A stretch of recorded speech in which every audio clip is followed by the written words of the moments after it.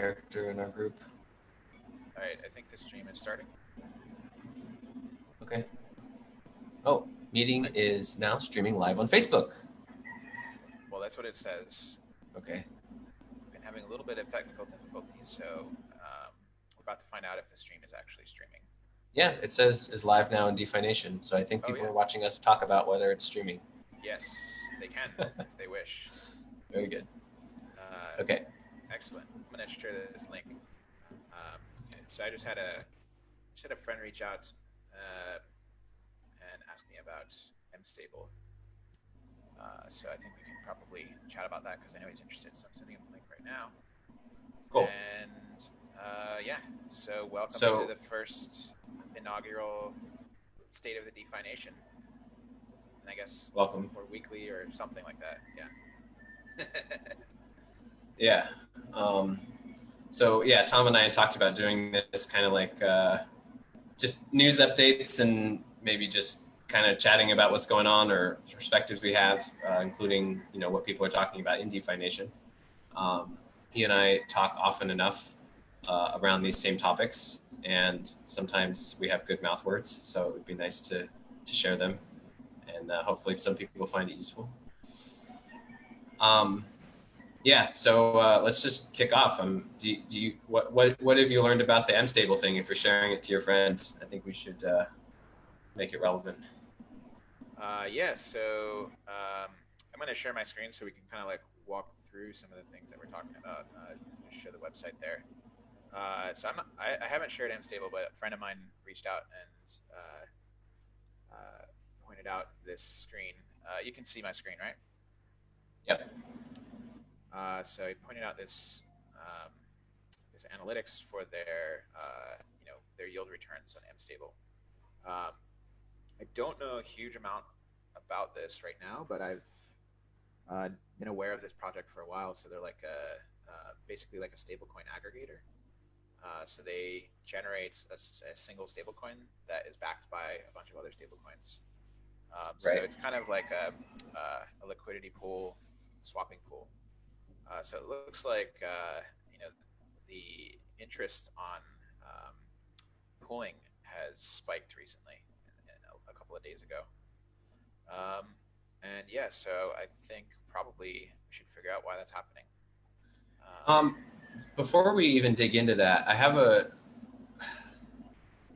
someone explained to me the way that this works is that basically there's a pool of tokens that underlie this mStable token, but that basically people are able to trade in and out of it with whichever tokens they want with a 1-to-1 parity. Yeah. But then arguably the result is going to be that anytime a token is trading high, people will withdraw it and sell it in exchange for the ones that are trading lower. So it will only ever have the like lower value stable coins in it. Is that not what you would expect to happen? I'm actually not sure. I have not done a deep dive into mStable. I know that this project has been around for a while. They've been working hard for a while, so I think it is one that's worth looking into. I'm gonna go ahead and guess that there's probably a yield farming component to this, because 100% interest rate on a stablecoin pool doesn't make sense otherwise. Sure. I mean, that's what we saw in the curve pools when compound yield farming took off and everyone was swapping their stables out while they were like winding up their leverage. I was getting like 180% on my curve pool for a few days. that was cool. That was like 0.5% a day. Yeah. Yeah, I mean, it was also great in the first few days of compound. That was pretty awesome. Speaking of which, as you're poking around here, okay, yeah. So here we're looking at the basket share, USDT and USDC, and then none of these other two. Which was the person I was talking to was explaining this.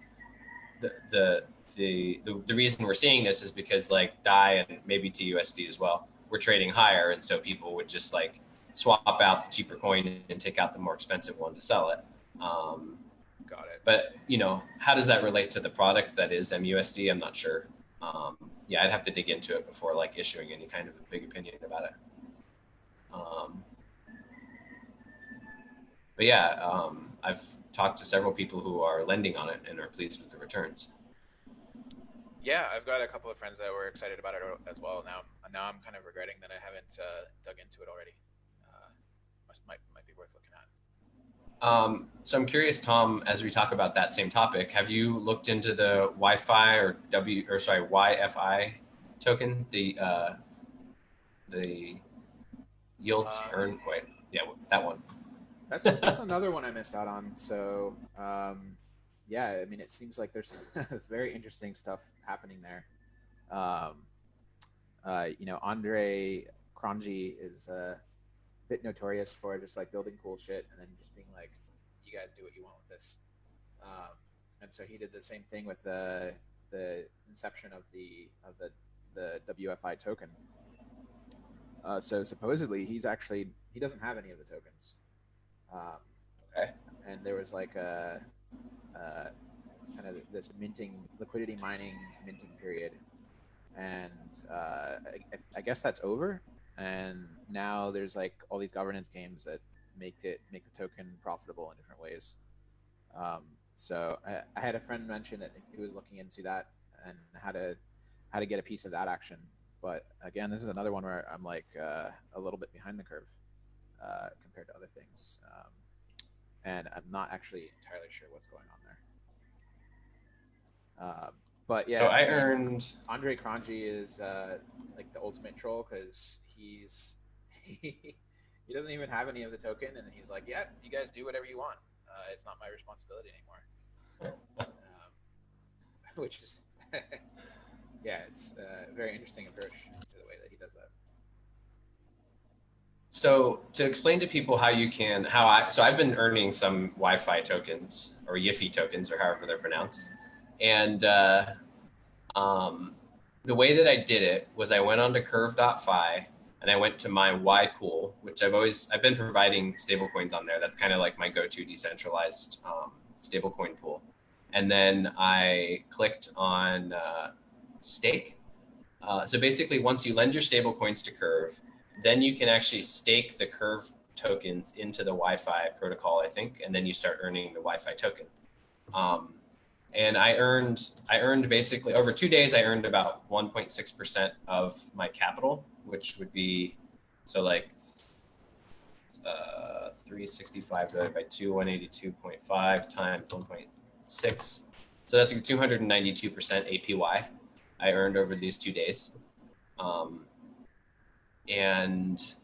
But that's like of this token that's volatile, of course, the Wi-Fi token is volatile. So the value of it has changed dramatically as I've been earning it. So it's just like goofy. I don't really know what I'm participating in, to be perfectly honest. Like I know that I can go sell what I've earned right now and get stable coins for it. So that's cool. But I'm not like terribly cognizant of the entire scheme of what's happening. Yeah. Got it. So this analytics page then is based on the Wi-Fi rewards. Oh, as a result of the Wi-Fi rewards, you mean? Yeah. That's okay. probably what this is then. Because it doesn't make sense otherwise for. Yeah. So you're saying that because like the mStable and the Wi-Fi tokens aren't related. Oh, sorry. Yeah, I'm confusing projects. Yeah. This is, I'll just close this tab. Bye. All right, very good. Well, it was my bad. I switched to it in the middle. But I was thinking, at first I thought what you meant was like people are swapping stables around, and that's why mStable jumped, which would make sense. That's kind of why the Curve pool did when Compound was doing that stuff. Yeah, so right now, I mean, all of these different programs, they're all competing for the same liquidity in a sense. So yeah, if one becomes profitable, then they'll leave another one, and then that make the other one that they're leaving more profitable because now there's less liquidity. Yep. So yeah, there's definitely a bit of we call this like the three-body problem. Like the system can't meet equilibrium because it's three objects that are orbiting in a otherwise like three, say you have like three suns or something like that orbiting in each other in space. It's impossible to predict their movement. Oh yeah, yeah, yeah. affecting each other. Right. I've seen that before in like a chaos machine, right? It has the like multiple joints that swing unpredictably. Yeah. Yes, yeah. So three body problem makes it like impossible for these sort of markets to actually find an equilibrium. Interesting. Okay. Um, so that's interesting because I'm with Uma and we're like discussing the liquidity mining program right now, and I won't launch into that topic right now, but it's like very very relevant to what I'm looking at, and like there's this cost of capital thing right now for like the people that are DeFi, DeFi nerds and have capital here. Like there's a certain amount of there's only so much capital go around, right? And we're all chasing that yield. And now all these teams are doing these different programs to attract the capital. And the cost of capital is quite high. Like, no one else can offer 300% APY on things. And then you're just like running around chasing these different yield returns, right? So it's pretty wild, the situation right now. Yeah, yeah, very much. James is commenting in the DeFi Nation right now Okay. about mStable. I know he's been looking into it a bit more. Um, and one question he asked is like, is there some way to explore the transactions that are happening with MUSD? And so, yeah, now I'm sharing my private DMs. It's cool. It's just James. He's got some interesting, research he's been doing with DeFi. So I would say probably the best way to look at the transactions on mStable is going to be Etherscan. Does he means the stable coins in the pool or the mStable MTA token? Yeah, I'm guessing the pool itself. Right. So let's see if we can find code. Yeah, the analytics is a bit lacking on that regard.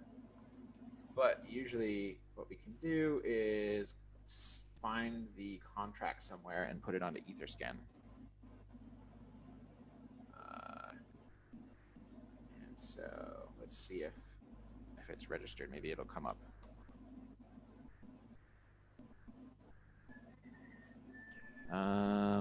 Okay, so here we have the MUSD token. So we can see a bunch of the transactions that are happening in MUSD, and in particular, probably. All right, so here's some of the exchange transactions on different dexes, trades that are happening. So yeah, Etherscan's a great resource for that. If you can find the contract address, then you can plug it into Etherscan, and you can kind of see the activity that's happening there. There's another project called Dune Analytics, which sometimes has dashboards built out. They have to, custom build these dashboards, so they're not just available for everything. But if they do have a dashboard for it, they're usually quite good.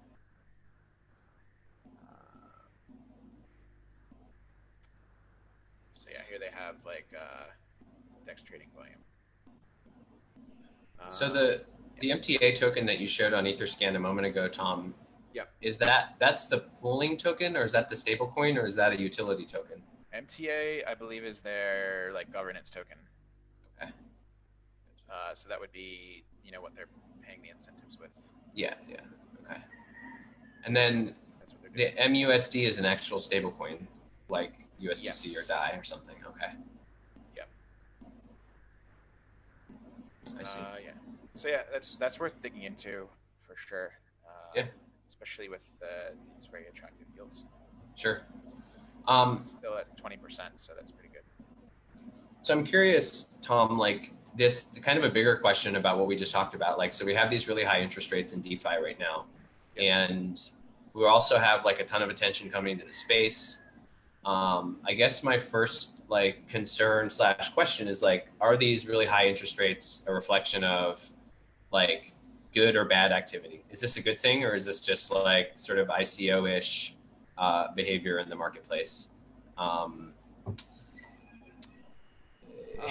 Yeah, it's a good question. So I kind of look at it, a lot like how a lot of Silicon Valley startups have gotten their start. So I lived in San Francisco for a time, and during that time, I was able to basically eat for free for several months because there was like 8 different food delivery startups, and they all had these like referral incentives. So like you refer a friend, and then you get like 20 to 30 or even $50 Okay. towards ordering on their platform. And so like I had like multiple phone numbers and credit cards, so I would create multiple accounts with all these different platforms. Um, and so yeah, there was this like whole like incentive hacking culture, and like everybody in Silicon Valley was doing this because like Right. these are the people that build these sort of things, so they know how they work. And so everybody was just like eating for free off the backs of VC money for many months. Yeah. And so we're getting like Sprig and DoorDash and all these different delivery products coming, and yeah. So I think it's very similar to that. Like if you're liquidity providing into these protocols, like your capital is not at risk. If you did an ICO in 2017, when you send your money, uh, you don't know what's happening to it. Like the team is getting that money, right? Right. And you're getting a token, and there's no guarantee that the team is going to stick around or that the token's going to do anything. And that principle is just gone. So when you're liquidity mining in DeFi, that principle is still there. I mean, you have to trust that the smart contracts, or be able to verify the smart contracts yourself, that they're like valid contracts and they do what they say they're going to do. But like, given that they're doing what they say they're going to do, then your principal is always safe, and you're basically just kind of all you're paying is like capital opportunity costs. So you're earning these tokens, you get them for free. If they become worth nothing, then you basically just like your money's just wasted a bunch of time, Right. And you can get your money back. If So worth something, that's great. sure. Yeah. And what I see happening with comp specifically, because so the yield farming system where you lend a stable coin or any asset, and then you borrow something else, and then you lend it back to compound, and you reborrow something else, and you do that a bunch of times, right? Yep. And somebody posted about this in DeFi Nation, which I have closed. But anyway, they just said like, 1 billion total locked value has been added to DeFi in the last 20 days. Right there, yeah, Rob, you just passed it. There you go. And like that's to me, that's due to my understanding is that's due to compound basically counting the same dollars these 7 times or 4 to 7 times, right? Like when I was shorting DAI, when DAI was trading really high after the Black Thursday, I was borrowing DAI and selling it, and then buying USDC and lending it back, etc. So I started with like 2 units of capital, and then ended up with like 10 units of capital borrowed and 12 units of capital supplied, meaning like, I had 10 times as much capital in the system as I actually owned, which just inflated that number dramatically. It wasn't sort of genuine, those dollars didn't exist. Once I walked away, I only had my original capital. So,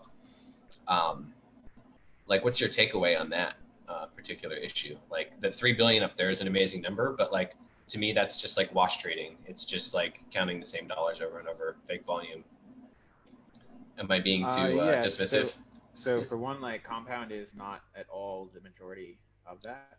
Like if you're looking at the total value blocks, That's a good point. Million, right? Yeah, that's a good point. Maker's still the king.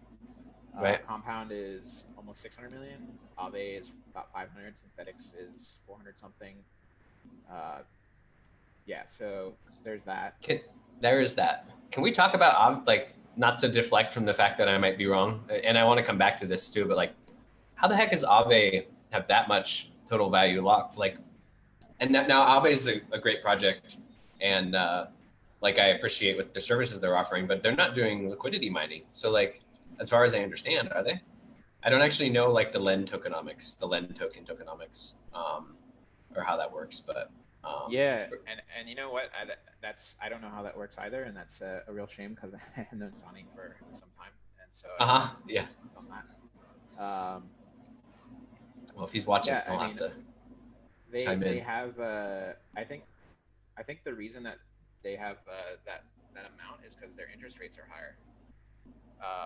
So if you're lending your stablecoin on Aave, it's higher than the interest rates on Compound.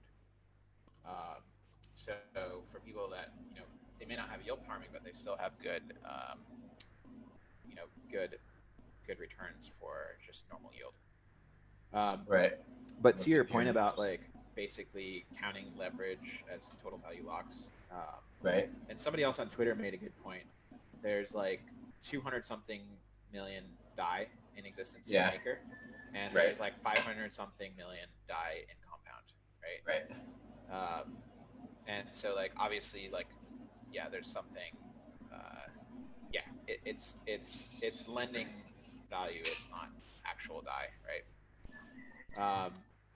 And so TVL is a proxy for like the value capture. So it's not like a it's not like a solution to like knowing exactly the health of the ecosystem, but it's a decent proxy.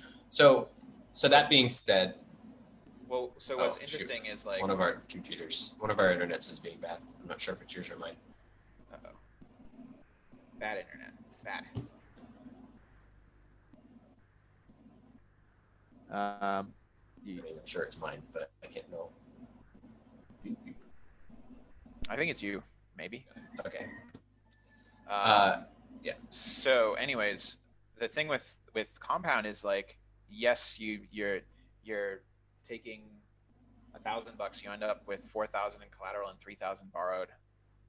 So that's like 7 times being counted in a sense. But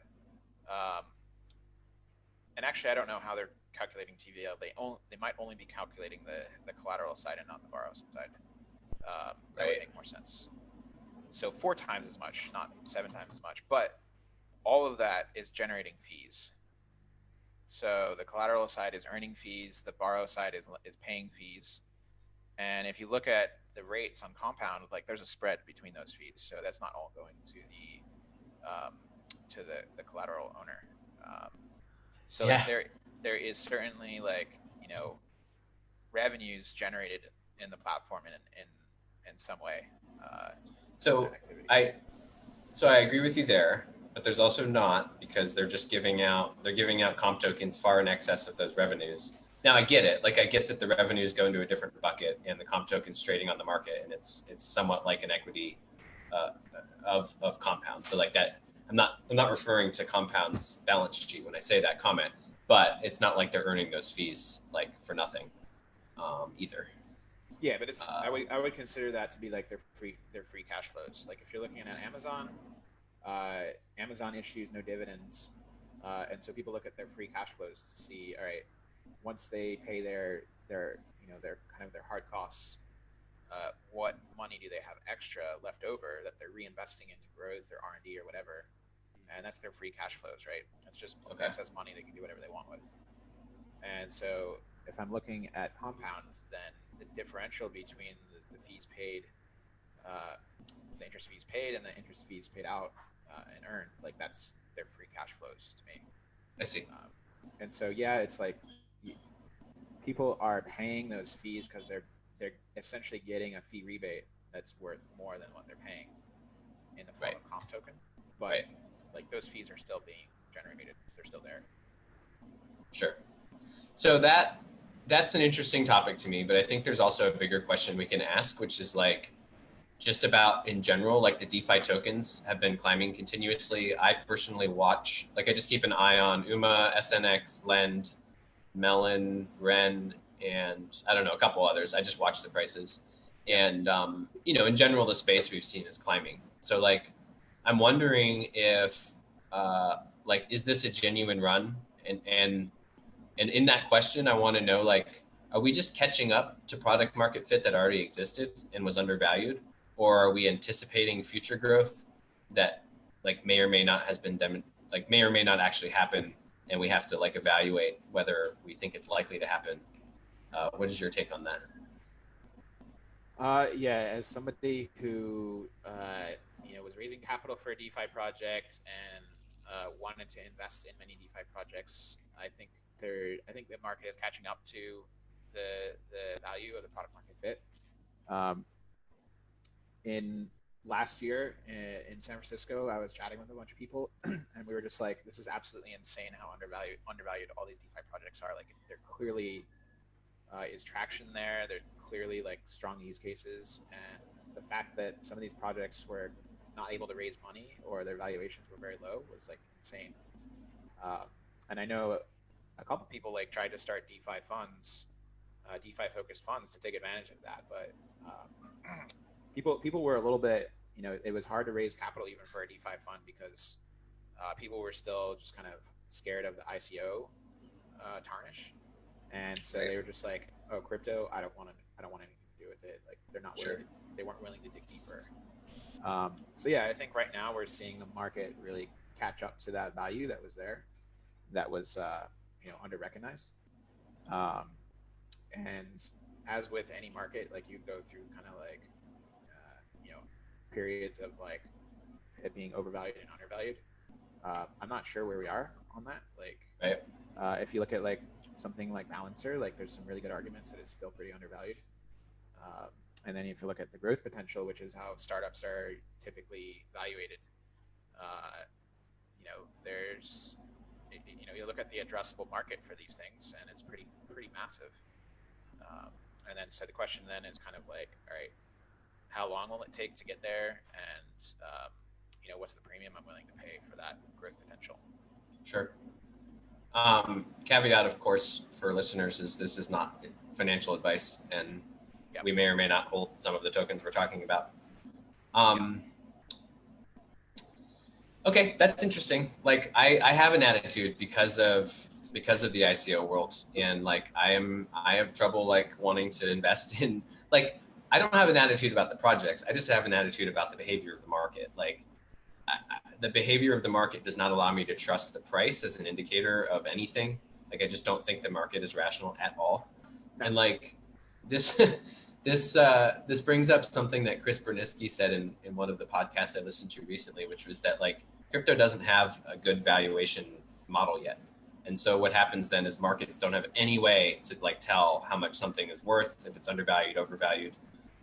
We have different arguments, different models that float around, different like methodologies, but there's really nothing that's the industry standard. And so it's just this like constant wackiness. It's just wacky, and it like scares me. I don't like, that's why I love yield. That's why I love DeFi. I like staking and earning gradually, or earning these volatile tokens on the back of stable coins, not putting my stable coins into the volatile tokens. And I miss out on wins, but I also get more sleep, and I find that to be a better trade-off. Yeah, I mean, people are looking a lot at like total value locked right now, and there seems to be a convergence towards like the market cap of a governance token being about 1-to-1 with the total value locked. Okay, and that's so interesting. If you look at all the different market caps and all the different projects, that's kind of like where they average out, is about 1-to-1. And so, yeah, I mean that'll be interesting if that continues to be the case.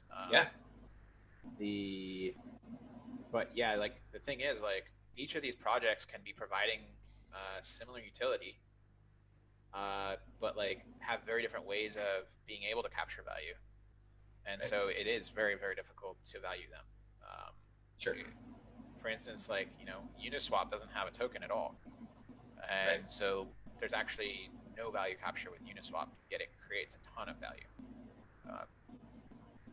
I think they might add a token, and I think they should. And they launched in a market where everybody was still had a bad aftertaste from ICOs, that like tokens were kind of taboo. But I do think it's important to have a token for not only for the founders to be incentivized to build good shit, but also to incentivize the growth to the product. Like at the end of the day, like you can have an amazing product, but if you can't get attention and usage, which is marketing, then like it's just going to sit there all alone with nobody using it. Sure. Although, yeah, we haven't seen that with Uniswap, of course. Uniswap was a special case, and it's definitely the darling of DeFi, right? Yeah, I mean, it's possible to do marketing without a token, but I think tokens help drive those incentives. Sure. Yeah. Yeah. So if total value locked equals market cap, what happens when a platform starts accepting its own token as collateral? I think we go into level 3 of the Inception dream. If you don't escape, you might stay there forever. Yeah, I think so. I think actually we all become rich is what happens, and the world doesn't have to work anymore. Yeah. Yeah, UBI for everyone. Yes. Yes. Cool, man. Yep. So what else? What else should we cover today? And what else is going on in the state of the DeFi Nation? What is going on in the state of DeFi Nation? Let's see. I love how Facebook just pops up my private DMs all the time. Yeah. They're reading them. Everyone else should be allowed to too. Yeah. We could watch our own live stream. Did we get to your attitude on this? Did we cover it? Do you still have an Yeah. attitude? Well, no, because you sort of pointed out that I was overdoing it. So like actually after we talked about that, I looked at their website and it says there's 600 million DAI, just like you said, locked up on Compound. But indeed, the total value locked is only just over 500 million. So actually, like I think I'm wrong. There must have been more dollars coming into DeFi, and absolutely, yeah. I mean, just based on all the inbound messages that I'm getting from people that knew nothing about DeFi a month ago, I would say that there's absolutely new money coming in. Yeah. And one other point that we didn't get to was like, once these rewards end, then what happens? And I think like the challenge for all of these projects right now is to use this. They've bootstrapped liquidity, they've bootstrapped attention, and they need to make sure that they're hyper focused on building out organic use cases and organic usage that's not based on the token liquidity incentives. Sure. Because that liquidity is there. So if people are lending or borrowing because that's actually something that they want to continue to do, they'll stick around and they're not going to withdraw their capital from the platform when the incentives end. And so the interest rates for the underlying will go back up based on utilization, and it will find another equilibrium. So yeah, I think when the incentives end, there might be a bit of a pullback, but the question is like, how much organic demand can you build in the meantime? And sure. It probably makes a lot of sense to kind of taper off those rewards. So Synthetics did this very well, where they started off with like, we were earning essentially 90% yearly in Synthetics rewards just for staking for the first year, mm-hmm. and then it's tapering off. So I think in later this year, like it's going to get down to like 21%, but they've created this like diminishing returns curve. Mm-hmm. So there's not like a supply shock to the system all at once. And that's worked incredibly well for them to bootstrap the value and the system itself. Yeah, and the token price seems to have compensated for the reduction in inflation rewards anyway. Or are the inflation rewards denominated in USD or in Synthetics token? In Synthetics, yeah. Okay. So yeah, it seems like the price has kind of kept up with the decline anyway. That's right, yeah. Yeah, that's pretty impressive. Yeah, Synthetics, they started the show with liquidity rewards for sure. It was kind of before it became yield farming, right? It was just the old school version 1 of liquidity incentives. But yeah, they started the show and did it quite well. When it first started and Synthetics price was climbing, might have just been me like having sour grapes, but I just remember thinking it was like sort of Ponzi scheme-ish, right? But I don't believe that anymore. It's actually proven itself to be an effective program. Yep. Yeah, for sure. And like, so at UMA, we right now are like, I'm literally writing the document, like the announcements for UMA's liquidity mining programs. And like, it's going to be like very muted compared to what we're seeing with like Compound and yield farming, et cetera. Because UMA is very focused on like bootstrapping useful liquidity for synthetic assets. So like we really want to make sure that there's a healthy market for every synth that's out there. So that's why the program that we're doing is a pilot. It's going to be pretty small in size just to start with, and it's just a test to see how the market like interacts with it. Just because like I'm personally want to make sure that the tokens go into the right hands the first time, which is to say that we don't want to just only attract everyone for yield farming and then they dump the token and move on, right? Like that doesn't really serve the governance purpose of the token at all. But then but the liquidity provision does, meaning like if we can get the products out there and the people are making the markets healthy, then that's good. Like that's an added value. If we can do both things, that's ideal. So yeah, we're starting much more conservatively though. Yeah, and this is a that concern that you're voicing is like a very classic tension with user acquisition rewards. So any tech product that does user acquisition rewards has faced this before, where like you're willing to pay some amount of money to acquire a customer or user, right? And sometimes you're paying Facebook for ads to acquire them, or you can just cut out the middleman and give the users the money to come and join your platform. Right. And so then the question is stickiness. Right. So you can get them in; they're going to come for free money, right? Right. But is it promoting like vanity metrics, or right. is it actually just a way for you to grab attention so you can show them the value of what you've created and then get them to stick around? And so that's the stickiness factor that any product manager is like always looking at, like, all right, how sticky is this? Reduce the user churn.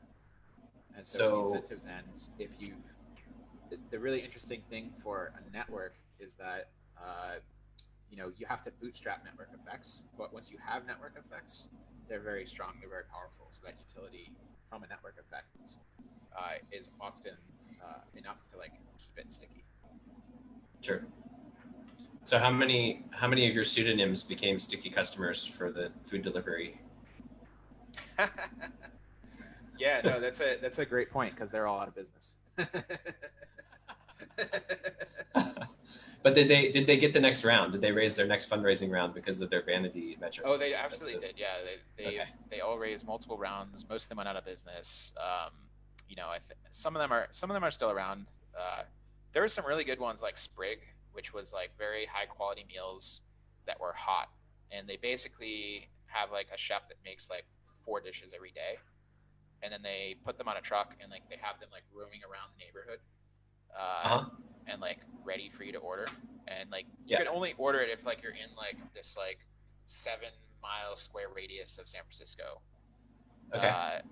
And like because they've kind of like focused on this dense area. The unit economics for that, like even I think without the incentives that they were giving, I think the unit economics just didn't work out for that. Sure. It was like a roaming kitchen at all times. I don't think that worked out, but. Yeah, it sounds lovely as a customer. Oh, it was great. Yeah, it was like hot, like home cooked food, like all the time. Yeah. And they were usually there within 10 minutes. Wow. Yeah, that was the best part. I mean, now cool. Now I have to use whenever I'm in the U.S. I use like Postmates or DoorDash or Grubhub, or every city have a different platform that is the strongest. Sure. Yep. Yeah. But I am an Uber user, so I got Uber incentives early on, and I still use Uber. So.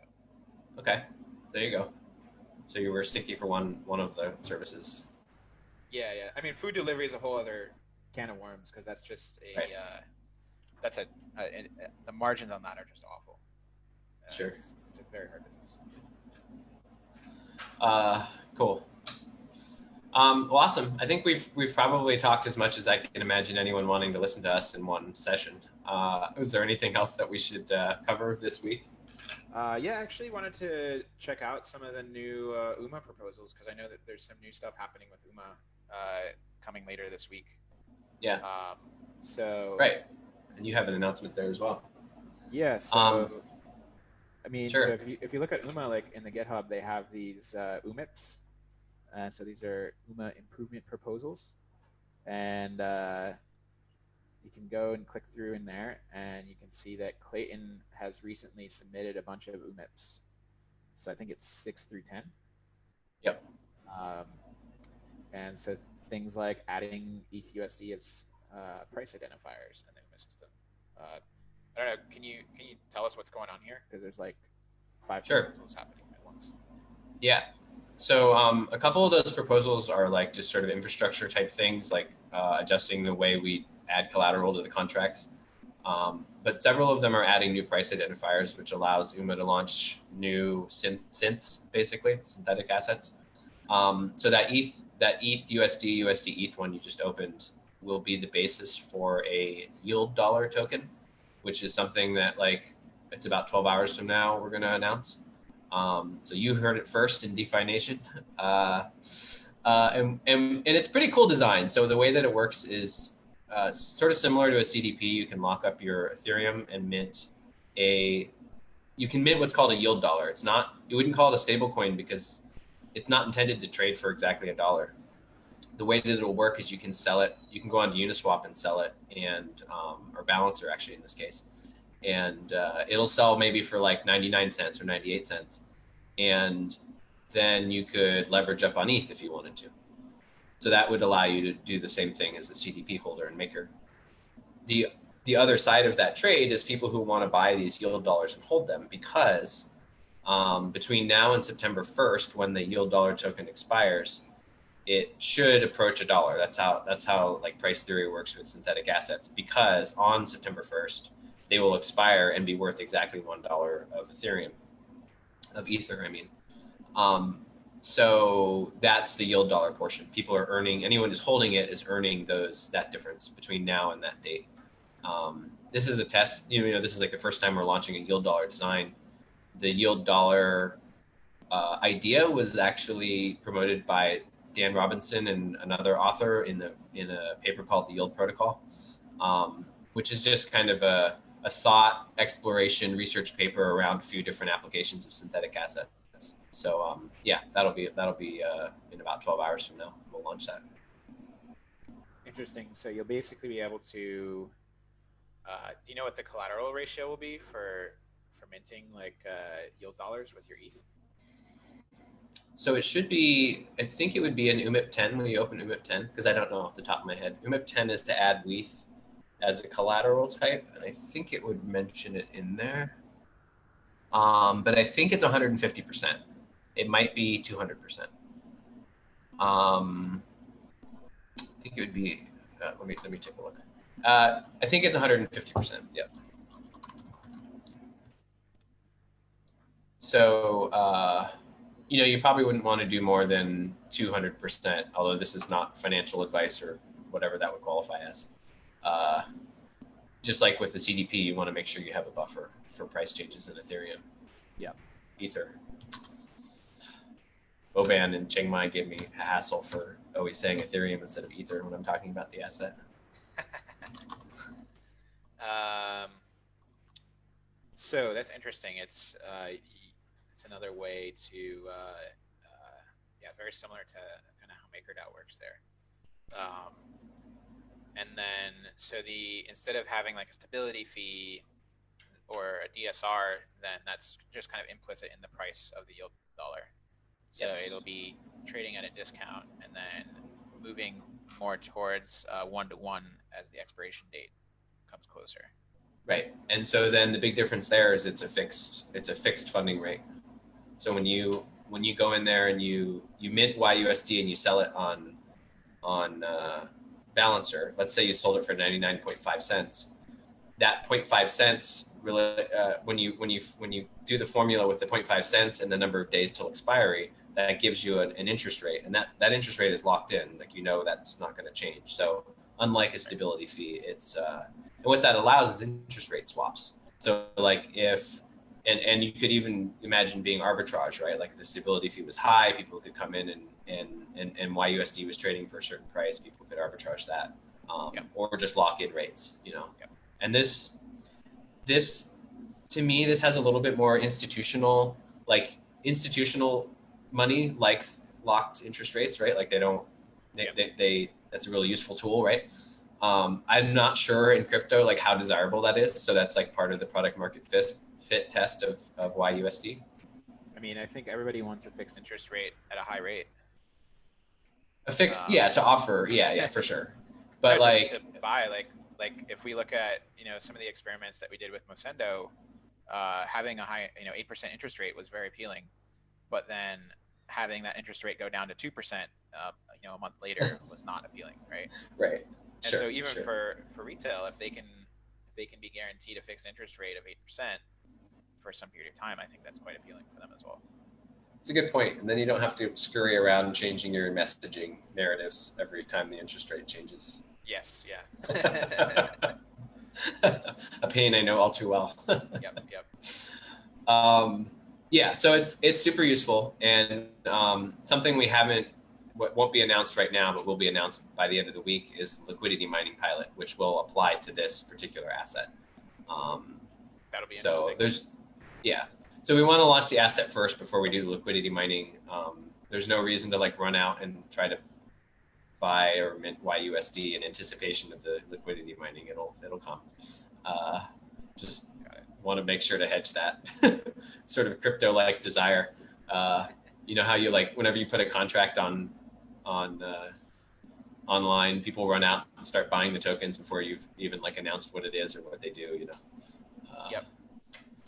Yeah, I mean, I'm interested to see how this ends up, because we might end up in a situation where the yield token goes into negative interest rates. And yes, and that's something we've discussed. And what's cool about that is that would be an effective negative stability fee. Yeah. If it was in maker parlance. So, Yeah. And that's cool. It's cool to imagine that. Yeah. I shall prepare my WETH. Yeah, exactly. Line up your WETH soldiers. So yeah, and then I know that you also have an announcement on USynth. Tom has been working on releasing a UI for minting UMA synths, which is a huge deal because previously you had to interact with a command line interface tool or a Etherscan contract address stuff. So tell us about this this minting interface. So Clayton joined UMA, and I was I've been pretty excited about UMA for a while, and I was like, yeah, all right, I want to mint a synth. And then Clayton was like, yeah, go to Etherscan. And if you've ever interacted with Etherscan contracts, like you have to calculate a bunch of like numbers, and it's really annoying. So I was like, I think we'll build an interface for that, make it a lot easier. So I'm going to switch over to Kovan just because I have a lot more money on Kovan than I do in mainnet.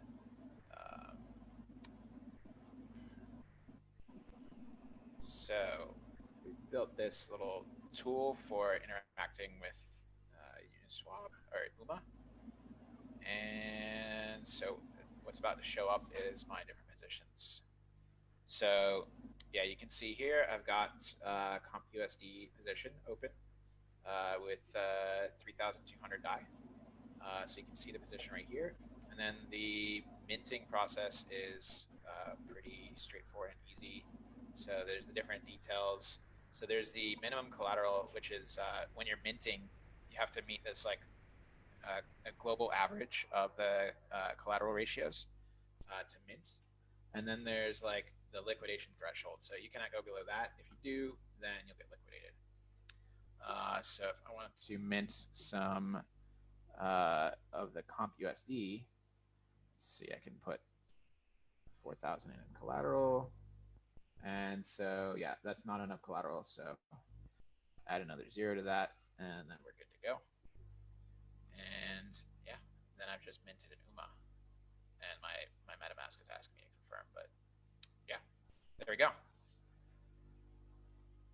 Can't hear you, Clayton. You're on mute. Was the reason that 4,000 wasn't enough collateral because in your testnet you've created like a really high global collateral ratio? Yes. So in testnet it's not real money, so everybody's just keeping like massively over collateralized positions, which keeps driving up that safe ratio. Sure. And so in real markets, what would happen is, so with UMA, if you want to withdraw collateral below the average, then there's a 2-hour window in which like it's basically checked by liquidators to make sure that you're fully collateralized.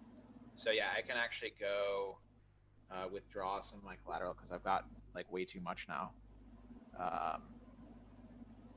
And yeah, so I can do like a slow withdrawal right now.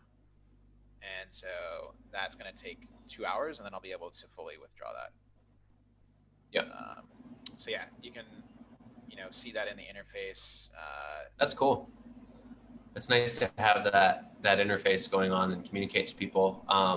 Just real quick, like that the reason that that's the case is because UMA doesn't use an on-chain Oracle. That's right. They have this priceless Oracle design or non-Oracle design. So like there's called what's a liveness period, which is this time where like the system is giving the bots in the market a chance to make sure that you're not trying to take out more collateral than you actually can, because you need to make sure your position is fully collateralized. Yeah. Yeah, so the interface cool, man. built, like it shows that collateral ratio. My internet's doing the thing. That's what the bots will be looking at. So you'll know through the interface that you hit the right ratio. Cool. Yeah. So if you want to interact with UMA, usynth.xyz, and we'll be making improvements in the coming weeks. Cool. Awesome, Tom. Thanks for sharing that. Thanks for building it. Look forward to being able to do my liquidity mining on UMA through usynth. Yeah, that'd be dope. Because I am a genuine UMA token holder. I will use it responsibly. Cool. Yeah, I guess we should end it here. Over the next week, we'll be looking at what's happening in the space, and maybe do another one next week. And so if there's any discussion points that people have that they like me and Clayton to dig into, just let us know. We'll be looking at posts in the group for inspiration as well. Yep. Awesome, Tom. Take care, everyone. Good chatting, Clayton. Cheers. Cheers. See ya.